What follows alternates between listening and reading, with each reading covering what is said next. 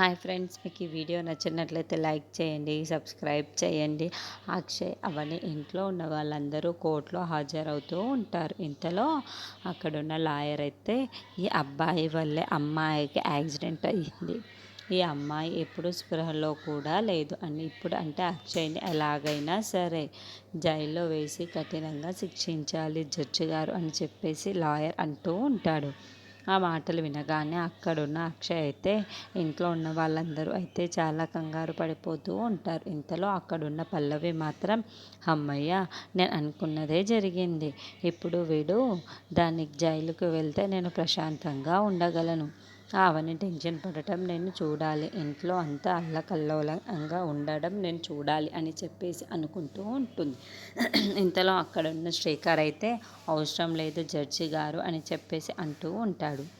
ఆ మాటలు వినగానే అక్కడున్న లాయర్ అయితే ఎందుకు అవసరం లేదు చెప్పండి, ఇప్పుడు ఈ అమ్మాయి స్పృహలోకి లేదు కదా, ఆ అమ్మాయి స్పృహలోకి లేదంటే ఆ తప్పు చేసింది అక్షయ్ అనే కదా అని చెప్పేసి అడుగుతూ ఉంటాడు.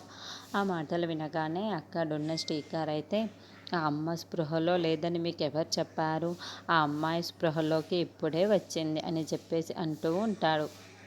ఇంతలో అక్కడున్న శ్రీకర్ అయితే అమ్మాయిని ఇప్పుడు కోర్టులో కూడా హాజరుపరచడానికి నేను రెడీగా ఉన్నాను లాయర్ గారు అని చెప్పేసి అంటూ ఉంటాడు.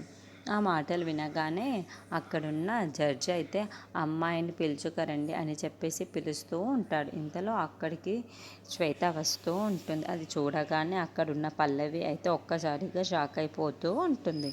ఏంటి, ఇది స్పృహలోకి ఎలా వచ్చింది, ఇప్పుడు కోర్టుకి వచ్చింది అంటే ఇప్పుడు నా జీవితం ఏమవుతుంది, నేను ఏమవుతాను అని చెప్పేసి చాలా టెన్షన్ తీసుకుంటూ ఉంటుంది.